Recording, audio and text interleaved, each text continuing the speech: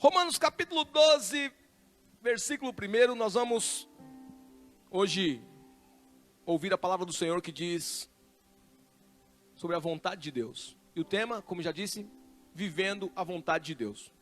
Diz o seguinte o texto: portanto, irmãos, rogo-lhes pelas misericórdias de Deus que se ofereçam em sacrifício vivo, santo e agradável a Deus. Preste bem atenção. Eu rogo pelas misericórdias de Deus que vocês se ofereçam em sacrifício vivo, santo e agradável a Deus. Este deve ser um culto racional. Esse é o culto racional de vocês. Então Deus não quer que a gente fique igual doido, pulando, sem entender nada que está acontecendo. Deus quer que você preste um culto racional. Um culto onde você utilize-se da inteligência que Ele te deu, para que você possa agradá-lo. Versículo 2, e é aqui que está o tema da ministração de hoje. Não se amoldem ao padrão deste mundo, mas transformem-se pela renovação da vossa mente, para que sejam capazes de experimentar e comprovar a boa, agradável e perfeita vontade de Deus. Preste bem atenção. Transformem as vossas mentes, renovando as vossas mentes. Renovar a mente é uma atitude. E como você faz isso? Diante do Senhor, lendo a Bíblia, meditando no que ela diz, buscando esclarecimento, renovar a sua mente, porque o que o mundo diz não é a mesma coisa que o que Deus diz. Alguns dizem que a voz do povo é a voz de Deus. Eu digo que a voz de Deus é a voz de Deus, e a voz do povo é a voz do povo. Muitos de nós vivemos a vida toda ouvindo o que o povo diz. Na verdade, o que Deus quer é que você pratique o que Ele diz, e aí vai dar muito certo. Não é o que o pastor diz, não é o que o padre diz, não é o que ninguém diz, é o que Deus diz através da sua palavra. Eu apenas transmito essa palavra, mas não posso acrescentar nada, né? Porque o que eu falar não vai dar certo, mas o que Deus diz dá certo. Então renove a sua mente, pare de colher o que vem de fora e pegue o que vem de Deus. E ele vai dizer, para quê? Por que tem que renovar a mente? Para que vocês sejam capazes. A renovação da sua mente vai te capacitar a experimentar e comprovar. Cara, isso é muito legal. Isso é muito legal. Porque, olha a sutileza. Você só pode dizer que algo é bom após experimentar. Tem muitos cristãos, e eu acho isso lamentável. Eu acho isso de uma tristeza, eu acho isso de uma... Eu poderia usar a palavra equivocada, mas a que vem à minha mente neste momento é miséria. Eu acho de uma miséria tão grande um cristão que fala do que Deus é, fala do que Deus faz, mas não comprovou, não experimentou, não comprovou o que diz a palavra do Senhor. Por isso que o apóstolo Paulo vai dizer, renove a sua mente, para que você seja capaz de experimentar e comprovar, dizer, é verdade, a boa, agradável e perfeita vontade de Deus. Alguém vai me dizer, pastor, qual é a boa, agradável e perfeita vontade de Deus? Eu vou dizer a você, um versículo que eu gosto muito, que diz que o ladrão veio para roubar, João 10:10, né? O ladrão veio para matar, roubar e destruir, mas Cristo veio para dar vida e vida com abundância. Abundância, eu sei que é um termo que você ouviu muito nas músicas do El Chan, mas abundância quer dizer muito mais do que aquilo, viu? Terra seca. Abundância quer dizer plenitude. Eles usaram o termo errado lá, tinha que ser, né? Mas é plenitude. Abundância quer dizer que você viva a vida que Deus tem para cada ser humano de uma forma ampla, inesgotável, a ponto de você ser um ser humano satisfeito. É essa vida, é essa vontade de Deus para você. Boa, perfeita e agradável. Algo que é bom, eu comparo, quando a Bíblia diz que a vontade de Deus é boa, perfeita e agradável, eu me lembro que lá em Gênesis, no primeiro capítulo, quando Deus vai fazendo a sua obra de criação, ao final de cada criação, o versículo diz: e viu Deus que era bom. Quando a Bíblia diz que a vontade de Deus é boa, significa que Deus olhou e aprovou. Você consegue imaginar a profundidade disso, da sua vida ser de tal maneira que Deus olhe para a tua vida e diga: muito bom, oh, uau. Agora vamos lá, ele diz que não é só isso, a vida que Deus tem para nós não é só boa, também é perfeita. Perfeita, o que é uma vida perfeita? Não há necessidade de ajustes. Quando alguém vier com conversinha, ai, se eu fosse você eu fazia assim, você vai dizer, obrigado, educadamente, é claro, né? Nós temos que ser pessoas educadas. Então a pessoa diz, oh, se eu fosse você eu fazia assim. Aí você olha assim e vai assim, obrigado, thank you, I love you.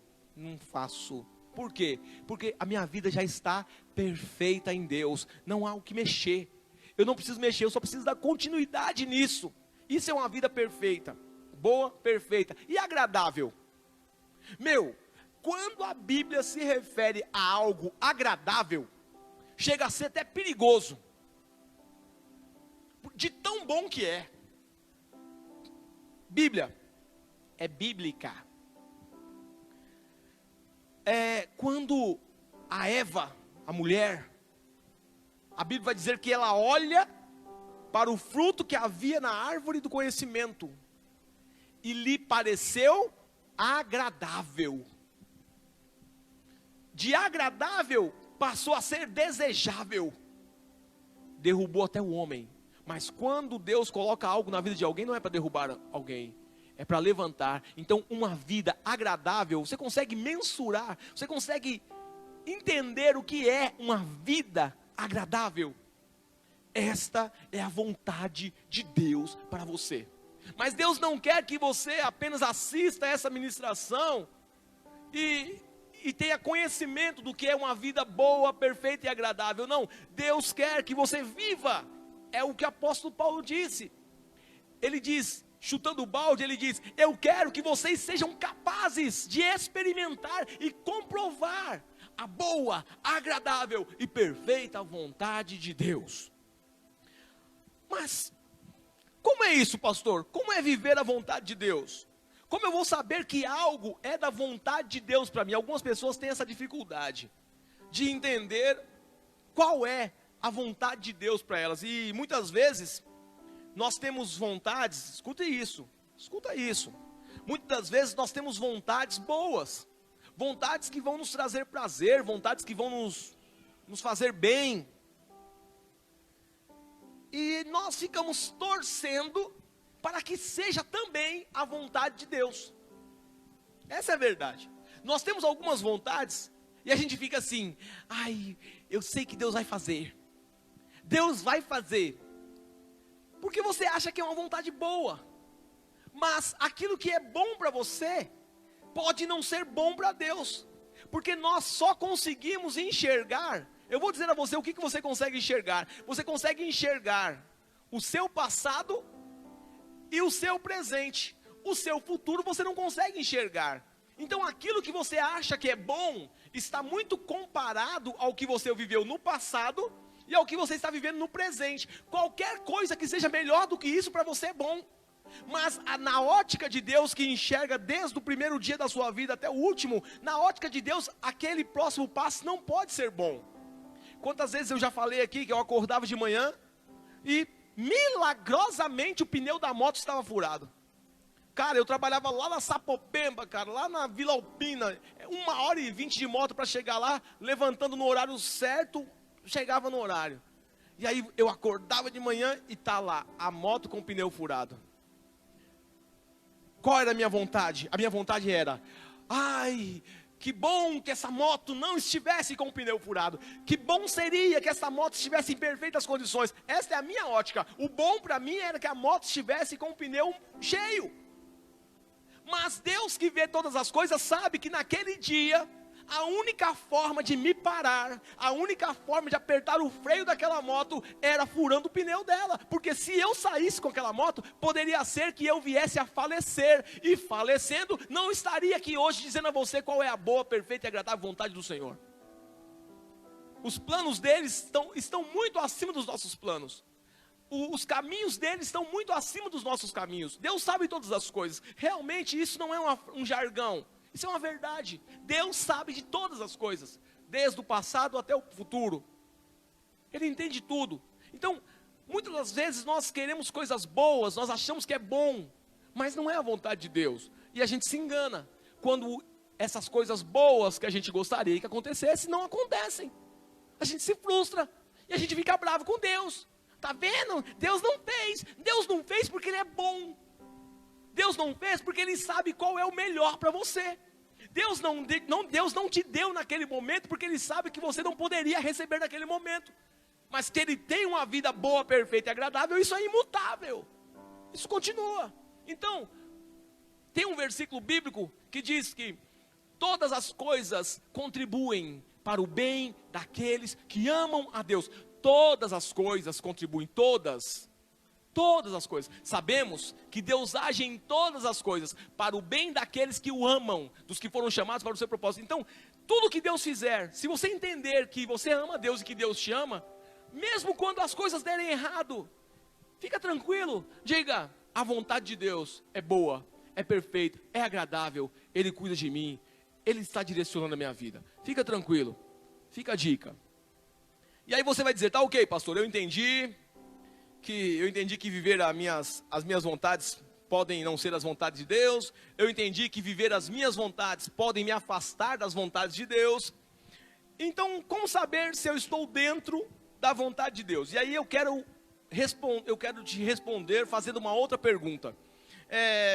Você está realmente disposto a viver dentro da vontade de Deus? Vocês estão realmente dispostos a viver dentro da vontade de Deus? Porque aí vale a pena explicar, vale a pena continuar. Essa é uma resposta que você tem que ter dentro de você. Porque senão vai ser apenas mais um conhecimento. Mas se você está disposto a viver essa vida boa, perfeita e agradável, vale a pena você prestar bastante atenção a partir de agora. Porque Deus vai nos dar aqui diretrizes para viver esta vida. A primeira coisa que nós temos que fazer nessa nova vida, né, para viver essa vida boa, perfeita e agradável, é mudar a direção. Uma vez eu ministrei sobre isso aqui, não sei se vocês vão lembrar, sobre nova direção. Quando um estabelecimento está falindo, quando uma pizzaria, uma loja, enfim, está falindo, às vezes nem vende para outro nada. Tem uns caras que é pilantra, não tem? Nem vendeu nada, nem mudou de dono nada, mas ele vai lá e coloca uma faixa assim, sob nova direção. Porque ele acredita que os clientes vão falar, opa, mudou de dono, então vamos lá ver, né? Agora, com Jesus, não adianta você só colocar uma faixa e dizer, sob nova direção. Não adianta você só dizer que está sob nova direção, porque Jesus vê.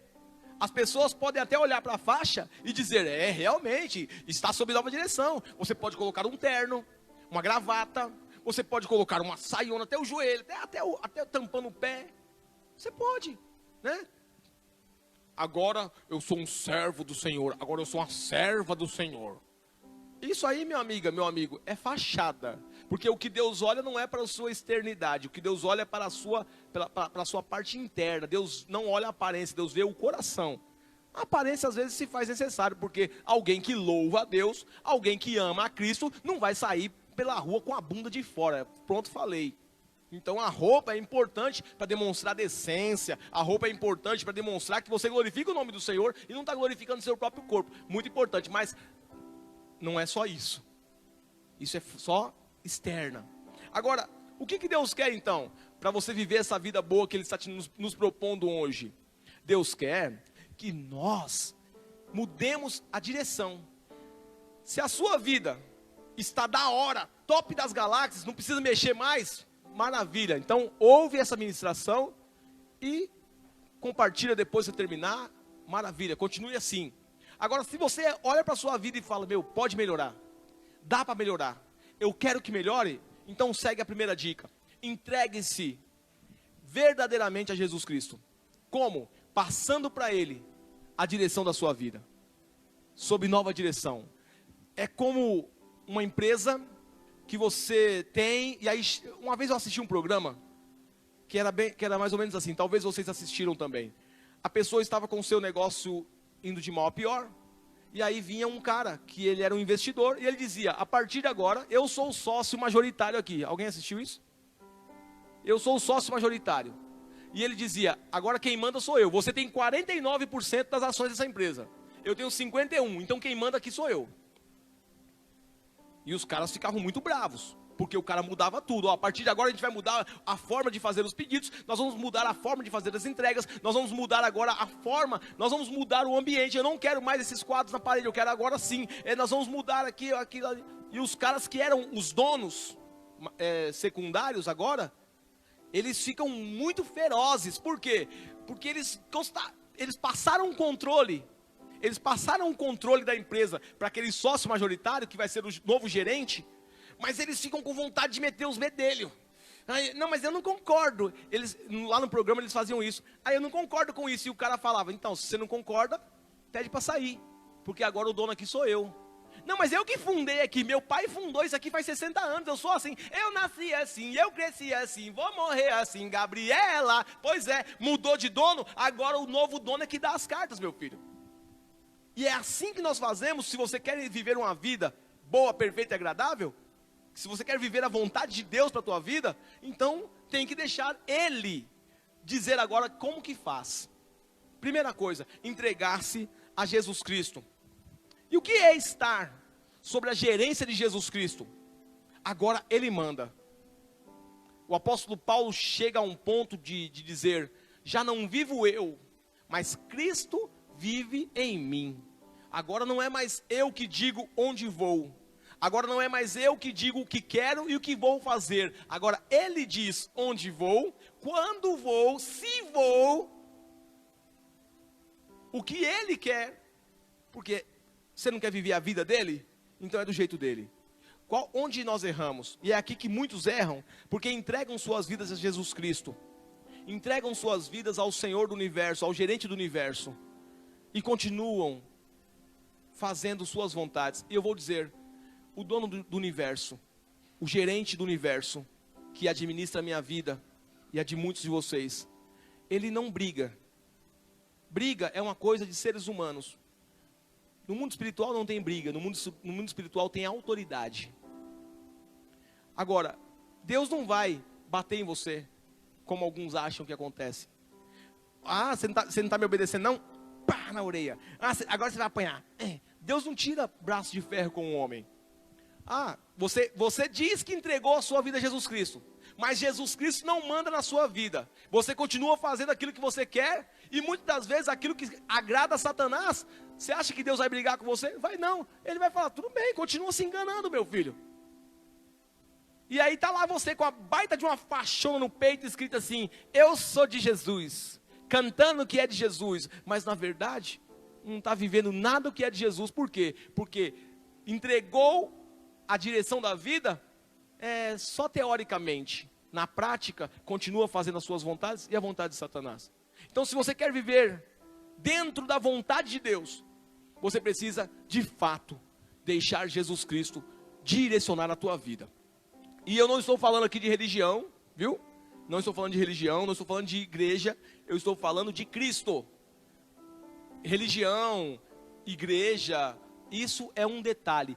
O próprio Cristo, se você se rende a Ele, se você passa a administração da sua vida para Ele, o próprio Cristo vai direcionar você ao lugar que Ele quer. E quer saber? Você vai até sem querer. Digo por mim, eu dizia, odeio crente, nunca mais eu vou numa igreja evangélica, nunca mais eu piso numa igreja evangélica. Pois é, estou eu aqui numa igreja evangélica, sendo, vamos dizer aí, até o chefe dos crentes. Quando você se rende a Jesus Cristo, é Ele que manda. É Ele que vai falar, é ali que eu te quero. Uma vez, num dos meus argumentos para não ir para a igreja, eu disse ao Senhor, ai, Deus me pressionando, já eu sentia Deus me chamando para ir, para voltar à igreja. E aí eu dizia, não Senhor, não, igreja não. Lá tem muitos hipócritas. E Ele dizia, cabe mais um. Mas lá tem muitas pessoas egoístas. E Ele disse, cabe mais um. Mas lá tem um monte de gente que não presta. E Ele disse para mim, cabe mais um, come on. E aqui estou eu, sendo melhorado. Ainda não sou quem eu gostaria de ser, mas já não sou quem eu era. Jesus está fazendo um negócio bem bonitinho aqui nesse estabelecimento. Vai ficar da hora, você vai ver. Algumas pessoas não gostam do pastor Melk e eu acho que elas estão cobertas de razão. Tá certíssima. Cada um tem suas escolhas e uns gostam do olho e outros gostam da remela, né? Para vocês que gostam de mim é os que gostam da remela.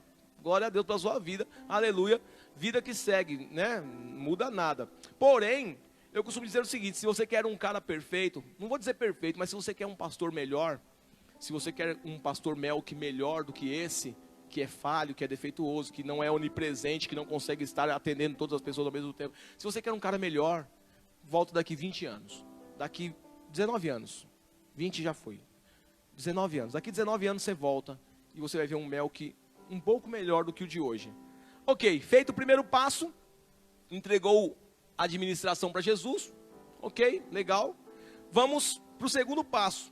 E é exatamente nesse ponto que muitos erram. Eu até dei uma pincelada aqui já. Entrega a vida, mas não obedece à vontade de Jesus. Então, se submeta à vontade do gerente. Pastor, como isso?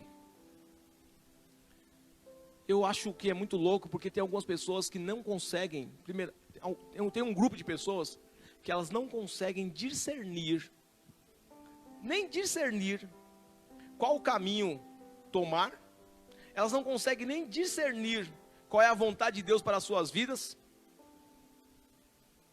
elas não sabem literalmente qual é a vontade de Deus, apesar de terem entregado suas vidas a Jesus Cristo, elas não sabem o que é viver a vontade de Deus, não tem noção do que é isso. Quando isso acontece? Nas bifurcações da vida. É nas bifurcações da vida que nós olhamos para uma pessoa e dizemos, essa não tem noção de qual é a vontade de Deus para ela. Pastor, o que é as bifurcações da vida? Momentos de decisão. Isso é uma bifurcação. Entre fazer o certo e o errado, o miserável opta pelo errado. Vamos lá, nós somos pessoas inteligentes. Qual é a vontade de Deus? O caminho certo ou o caminho errado? O certo, caramba. Se você toma o caminho errado, sabendo que é errado, você já está fora da vontade de Deus. Mas se engana dizendo, eu quero viver a boa, perfeita e agradável vontade de Deus. Vai viver nada. Você está se enganando. Para de ser besta. Se o certo a fazer é por aqui, e você sempre está tomando a decisão da esquerda, sempre errado, meu filho, você não vai viver nunca a boa, perfeita e agradável vontade do Senhor. Vai ficar um velho ranzinza frustrado com a sua vida. Vai olhar para trás e não vai ver resultado, vai olhar para trás e vai ver só percas, vai olhar para trás e vai ver oportunidades desperdiçadas. Eu poderia estar assim, eu poderia estar assim, eu poderia estar assado, eu poderia estar em tal lugar, eu poderia estar assim, e nunca vai estar. Por quê? Porque sempre toma decisões contrárias à vontade de Deus.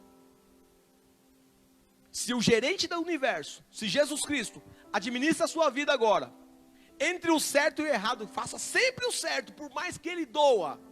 Por mais que o caminho certo, ele vai te apertar. A Bíblia diz que o caminho de Deus é um caminho estreito realmente. Mas quer saber?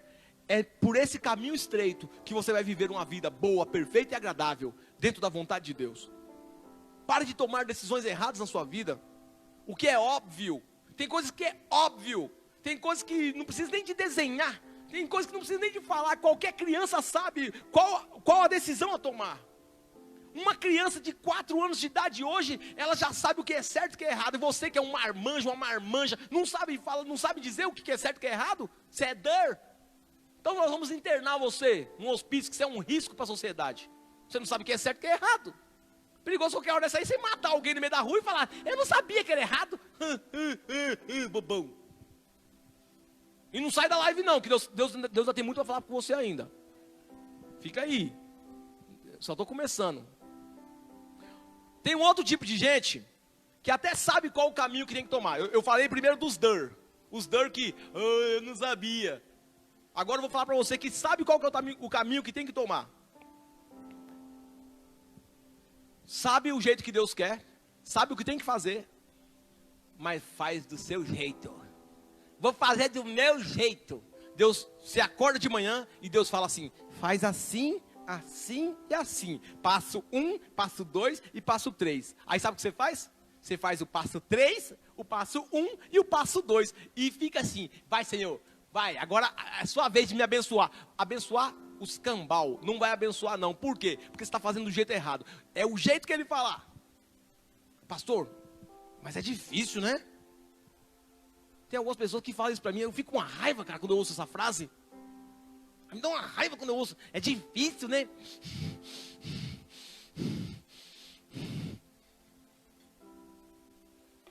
Me diga, meu filho, o que é fácil?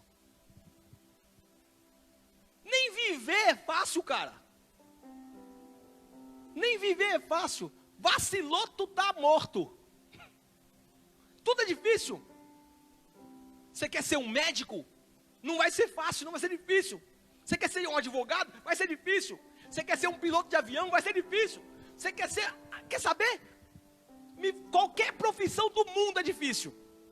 Eu conheço pessoas que achavam que ser uma colaboradora doméstica, trabalhar em casas, fazendo limpeza nas casas das pessoas que não têm tempo para isso, é um serviço muito belo. É um serviço maravilhoso, você representa Deus. Você que trabalha nessa área da limpeza, você representa Deus, porque Deus ele gosta de limpeza. Primeira coisa que Deus faz no ambiente é limpar. Então você que trabalha na limpeza, não pensa assim, eu sou numa função de... Não, você está na função maravilhosa. Agora lute para ser um gerente nessa bagaça. Vai estudar, vai trabalhar, vai ver, fazer curso, vai ser supervisor, vai ser alguma coisa, já que você acha que não está bom. Se não está bom, levanta desse prego aí e senta numa cadeira, pô. É assim que a gente faz na vida, vira o jogo. Mas tem pessoas, eu já vi pessoas que foram trabalhar em casas de família e não durou 40 minutos. A pessoa chegou lá e reprovou, vai embora, não serve. Tá bom, pastor, eu entendi. Agora me diga então, como que eu vou conseguir viver essa vontade de Deus? Isso, para você que está aí, anote aí para você ler com calma. Eu não vou ler tudo, não sou obrigado a ler tudo aqui também, não é verdade? Romanos capítulo 8, do versículo 1 até o versículo 14, ele vai dizer o seguinte, que a única forma de você conseguir estar e permanecer dentro da vontade de Deus é sendo guiado pelo Espírito Santo. Não existe outro jeito de você conseguir agradar a Deus, vivendo a vontade de Deus. Não existe um outro jeito de estar dentro da vontade de Deus sem a ajuda do Espírito Santo. Eu falei já sobre isso no último culto. Você precisa do Espírito Santo. Ele vai direcionar você. E quer saber? Em momentos de bifurcação na sua vida, em momentos que vai chegar momentos que vai ter dúvidas, mas dentro de você vai estar o Espírito Santo. E ele vai falar para você, isso está errado. Não faça assim. Mas eu estou com vontade. Pois é, se você tiver a sua vontade, você está fora da minha. É assim que funciona com Deus. Se você ficar dentro da sua vontade, você está fora da vontade de Deus. Esteja sempre dentro da vontade de Deus. E quem vai te ajudar a fazer isso? O Espírito Santo. Quem é guiado pelo Espírito Santo, vai tomar atitudes que agradam a Deus. Pessoas guiadas pelo Espírito Santo fazem exatamente o que Deus quer, porque o próprio Espírito diz a elas o que fazer. Deus está no céu. Jesus está assentado à destra de Deus nos céus, e o Espírito Santo, a Bíblia diz que o Espírito Santo está aqui. Jesus disse que ele enviaria o Consolador, que nos ensinaria todas as coisas. O Espírito Santo está na terra, justamente para dizer a nós qual é a vontade de Deus. E nos momentos de bifurcação, nos momentos de dúvida, o Espírito Santo dentro de você vai dizer a você: não faça isso, faça assim, para com isso, começa a fazer desse jeito, isso não está certo. Muitos irmãos da igreja ou pessoas de outras igrejas mandam mensagens para mim pedindo permissão para pecar. Na verdade você sabe que está errado, mas você manda uma mensagem para mim, pastor, é pecado fazer isso? Só de você perguntar isso, você já sabe que é pecado. Você só quer que eu dê o aval para você pecar. O Espírito Santo dentro de você já falou: está errado, meu filho, não faça isso. Mas aí você fala assim: não, o Espírito Santo não vale, tem que ser o pastor. Eu vou perguntar para o pastor. Ouça o Espírito Santo, comece a ser direcionado pelo Espírito Santo, e você vai viver dentro da vontade de Deus. Amém? Terra de Labácia que consome Covid-19. E concluindo essa ministração, quer viver dentro da vontade de Deus?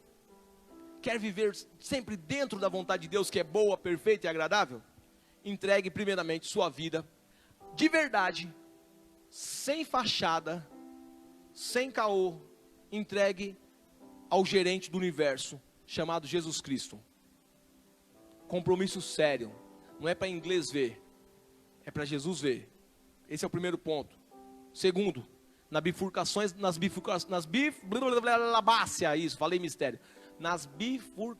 da vida, escolha ouvir o Espírito Santo, e ele sempre vai direcionar você para estar dentro da vontade de Deus. Escolha agradar a Deus. Escolha abrir mão das suas pseudos vontades. Porque é engraçado que esses dias eu estava analisando sobre isso. A maioria das nossas vontades, 99 delas, nunca é para agradar a Deus. É sempre para agradar a nós. E quando nós agradamos a nós, nós já estamos em pecado, não é, não, Daiane? Por quê? Porque a Bíblia diz que nós temos que amar a Deus sobre todas as coisas. Então o nosso foco maior não é agradar a nós, é agradar a Deus. E segundo, amar o próximo como Ele nos amou. Então quando eu estou focado em mim, querendo coisas para mim, eu já preciso questionar se essa é a vontade de Deus. Porque o mim diz respeito a um ser humano fadado a falir. Mas o eu sou, que é o Jeová Jireh, o Deus da provisão, tem uma vontade boa, perfeita e agradável para aqueles que assim escolhem viver. Amém? Agrade ao Senhor. Tire o foco de você. Ouça o Espírito Santo e viva dentro da vontade de Deus, que é boa, agradável e perfeita. Que Deus te abençoe. Amém.